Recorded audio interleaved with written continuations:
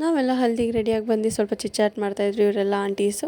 ಮುಂದೆ ಏನಾಗುತ್ತೆ ಕನ್ಫ್ಯೂಸು ತುಂಬಾ ಕುತೂಹಲ. ಇವತ್ತು ನಮ್ಮ ಚಿಕ್ಕಪ್ಪ ಅವ್ರದ್ದು ವೆಡ್ಡಿಂಗ್ ಆ್ಯನಿವರ್ಸರಿ ಇತ್ತು, ಅದಕ್ಕೆ ನಾವೆಲ್ಲ ಕೇಕ್ ಕಟ್ ಮಾಡ್ತಿದ್ವಿ.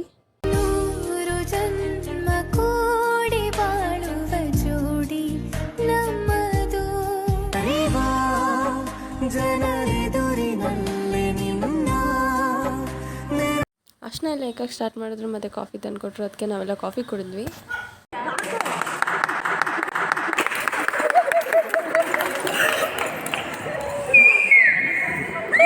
ನೈಟು ತುಂಬ ಅಂದರೆ ತುಂಬ ಫನ್ ಮಾಡಿಕೊಂಡು ಮಜಾ ಮಾಡ್ಕೊಂಡಿದ್ವಿ ನಾವೆಲ್ಲರೂ.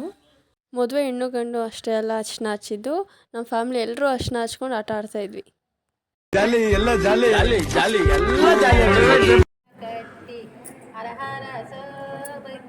ನಾವು ಅರ್ಶಿನ ಎಲ್ಲ ಇಕ್ಕಿ ಮನೆಗೆ ಬರೋ ಅಷ್ಟೊತ್ತಿಗೆ ಬೆಳಗಿನ ಜಾವ 4 ಗಂಟೆ ಆಗಿತ್ತು.